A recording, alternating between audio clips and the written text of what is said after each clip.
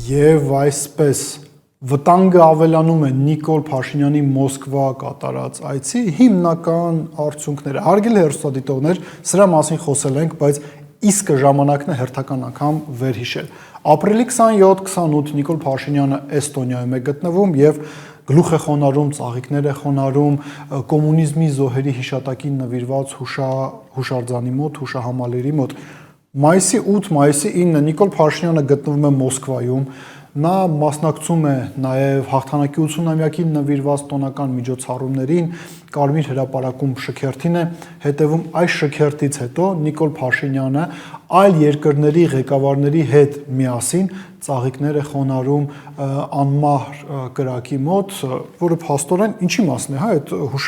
հուշարձանը Ռուսաստանի Դաշնությունում կոմունիստական բանակի կողմից զոհերը թույլ տվեցին կոմունիզմը, որ կոմունիզմը հաղթի նացիստական Գերմանիան եւ Նիկոլ Փաշինյանը փաստորեն ընդամենը մի քանի օր անց արդեն գլուխ է խոնարհում ի հիշատակ կոմունիստների, կոմունիստական բանակի ժողովուրդ ջան, սա դասական Նիկոլ Փաշինյանն է, որը սովոր է 2, 3, 6, 10, 20 աթոռի վրա նստել, բայց այնինչ տեղի ունեցավ շքերթից հետո խոսում է այն մասին, որ Մոսկվայում տեղի ունեցած իրադարձությունները չեն ընթացել այն սցենարով, որը կուզենար տեսնել քաղաքացիական պայմանագիր կուսակցության ղեկավար Նիկոլ Փաշինյանը։ Ինչի մասին է խոսքը, քանիցս սրա մասին արդեն հասցրել ենք այս 2 օրերի ընթացքում խոսել, բայց հերթական անգամ պետք է նշենք Վազգեն Սարգսյանի ակադեմիայի աշխատակից սպա Պաշտպանության նախարարության նախկին մամուլի քարտուղար, որը նախկին իշխանություններից ժառանգաբար անցել է Նիկոլ Փաշինյանին, հայտնվում է հանրային հեռուստաընկերության եթերում եւ ասում է, որ մայիսի 9-ից սկսած, որտեղ մայիսի 9-ին չէ, որ ստորագրվել է կապիտուլյացիոն ակտը Գերմանիայի, միջև Ստալինգրադյան ճակատամարտը, այս ամեն ինչը կեղծ էր, այս ամեն ինչը միֆ էր, ընդհանրապես եթե մենք Ստալինգրադում պարտվեինք, դա հնարավորություն կտար միացյալ Հայաստան ձևավորել, պատմական Հայաստան ձևավորել, իմիջիալոց տեսեք, հա, ինչ քաղաքական խաղ է տեղի ունենում։ Նիկոլ Փաշինյանը առաջ է տանում այն թեզը, որ իրենք կառուցում են իրական Հայաստան, պատմական Հայաստանի դեմ կռիվ է տալիս, բայց շատ լավ հասկանալով, որ մեր ժողովրդի քաղաքական ինքնագիտակցության մեջ, ինքնաընկալման մեջ այդ պատմական Հայաստանի գաղափարը շատ խորը նստած է եւ մենք ունենք իրավունք պայքարելու պատմական Հայաստանը վերականգնելու համար, ժողովրդի էմոցիաների հետ խաղալու համար Արծրուն Հովհաննիսյանը հայտնվում է հանրային հեռուստաընկերության եթերում եւ օգտագործում է պատմական Հայաստանի մասին թեզը, կրկին ասենք, երեք սրա մասին խոսել ենք, հերթական անգամ ընդգծենք քաղաքական դեժավյու 2018-ին Փաշինյանը գալիս էր իշխանության շահագործելով Մոնթեի կերպարը, արտաքուստ նաեւ, իսկ այստեղ այս մարդիկ շահարկում են պատմական Հայաստանի գաղափարը, այն որ դա մեր ինքնագիտակցության մի մասն է, բայց հասկանանք ինչու է դա տեղի ունեցել, հա, ինչու Արծրուն Հովհաննիսյանը հայտնվեց հանրային հեռուստաընկերության եթերում, ինչու է այս տոտալ հակասովետական քարոզը, սա նաև հակահայկական քարոզ է, որովհետև մենք էլ ենք ի վերջո սովետական միության մաս եղել, ինչու է դա տեղի ունենում, հարգելի հեռուստադիտողներ, Մոսկվայում ոչինչ տեղի չի ունեցել։ Նիկոլ Փաշինյանը Ռուսաստանի Դաշնության նախագահ Վլադիմիր Պուտինի հետ առանձնազրույց առանձին հանդիպում չի ունեցել, նստած էր Բելարուսի նախագահ Ալեքսանդր Լուկաշենկոյի կողքին, շատ մռայլ, դժբախտ եւ դժգույն դեմքով, ինչպես կասեր հայտնի հռետորը, դժգոհ էր ընդհանրապես իրավիճակից, բայց կրկին ասենք Ռուսաստանի Դաշնության ղեկավարության հետ, ռազմական ղեկավարության հետ փաստացի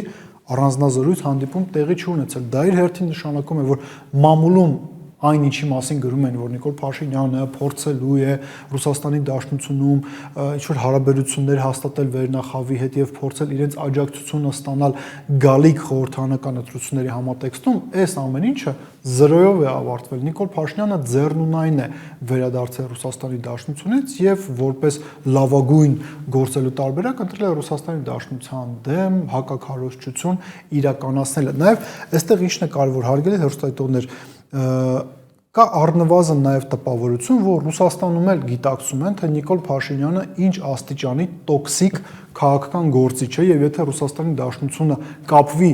Նիկոլ Փաշինյանի անվան հետ հայ հասարակության լայն շերտերում, ապա Ռուսաստանի վարկանիշը ել ավելի կնվազի։ այդ իսկ պատճառով Նիկոլ Փաշինյանի այցի հետ կապված գրեթե զրոյական անդրադարձ եղավ ռուսական մամուլում, ավելին լրագրողներից մեկը, պետական լրատվամիջոցների լրագրողներից մեկը Նիկոլ Փաշինյանին անվանեց Ադրբեջանի նախագահ։ Ճիշտ է, Նիկոլ Փաշինյանը չի նեղվում, ինչի մասին նա ասել է, երբ որ իրեն թուրք են անվանում, բայց այստեղ նաև իրեն Ադրբեջանի նախագահ անվանեցին, սա որոշակի առումով եւս կարող ենք համարել ոչ միայն որպես լեզվի սայթակում, այլ նաև քաղաքական ուղերձ, այսինքն Ռուսաստանի Դաշնությունը դիստանցավորվում է Նիկոլ Փաշինյանից, հեռանում է Նիկոլ Փաշինյանից, իսկ պատկերացրեք, եթե գա մի իրավիճակ, երբ որ հեռանալով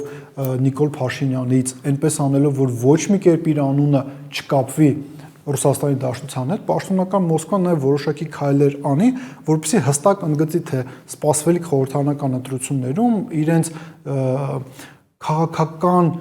լանդշաֆտում Հայաստանի իրենք ում են տեսնում իրենց համար նախընտրելի գործընկեր, պատկերացրեք, թե ինչ տեղի կունենա նաև Նիկոլ Փաշինյանի խմբակցությունում։ Գիտեք ինչ տեղի կունենա,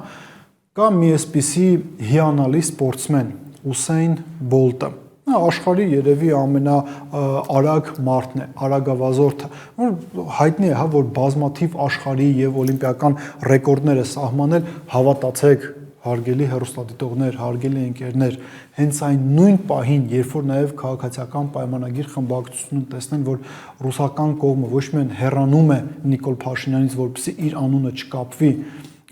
պաշտոնական Կրեմլի հետ, ավելին իրենք ունեն այլ նախընտրելի տեխնացու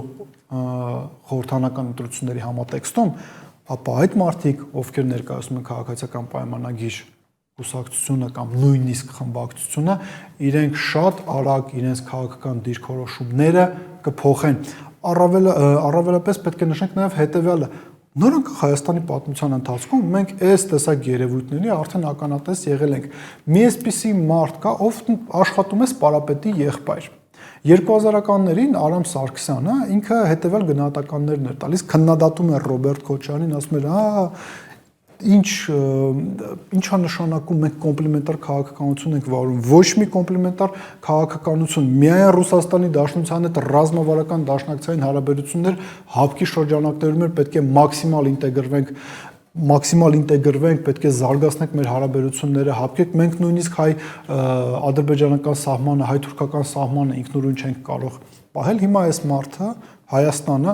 իր ձևակերպումներով տանում է դեպի Եվրոմիություն, իր ձևակերպումներով նա ստորագրահավաք է իրականացնում հանուն նրա, որ Հայաստանը մաս կազմի զարգացած ժողովրդավարական երկրների ընտանիքին, բայց եթե այս մարդու քաղաքական տրանսֆորմացիայի համար պահանջվեց մի քանի տասնամյակ, ապա քաղաքացիական պայմանագիր խմբակցության ներկայացուցիչների քաղաքական տրանսֆորմացիայի համար կպահանջի ոչ թե մի քանի տասնամյակ, այլ ընդամենը մի քանի վայրկյան, երբ որ իրենք տեսնեն, որ Ռուսաստանի համար հետաքրքրություն ներկայացնող Հայաստանում